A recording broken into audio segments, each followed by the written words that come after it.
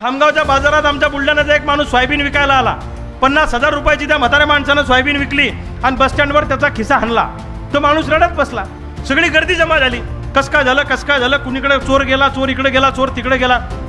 एवढ्या गर्दीत एक सज्जन माणूस पुढे आला आणि त्या माणसानं 500 रुपये काढून त्या शेतकऱ्याला दिले आणि सांगितलं, हे भाड्याला ठेव, जेवायला ठेव आणि माझा मोबाईल नंबर घ्या काका, आणि काही अडचण असली तर मला फोन करा. म्हातारा माणसाला बरं वाटलं. त्याला वाटलं जेवायची सोय झाली, भाड्याची सोय झाली.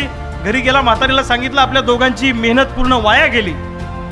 वर्षभर आपण दोघांनी शेतात केलेली मेहनत वाया गेली. चोरानं 50,000 रुपये खिशातले चोरून नेले खामगावच्या बस स्टँडवर. पण एक देव माणूस मला भेटला.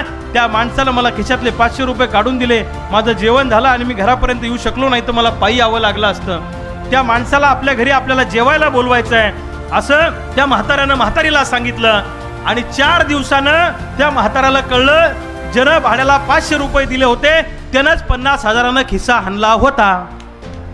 ताई, आमच्या सोयाबीनवर यानं दरोडा घातला, आमच्या कापसावर दरोडा घातला आणि त्याच्यातले 1,500 काढून तुम्हाला दिले. बरोबर आहे का? तसा धंदा हा सुरू आहे. म्हणजे लाखानं हाणायचं आणि 1,500 बहिणीला द्यायचं. मला सांगा, सरकारच्या तिजोरीत पैसे नाही म्हणून आमदारा खासदाराचे पगार थांबले का?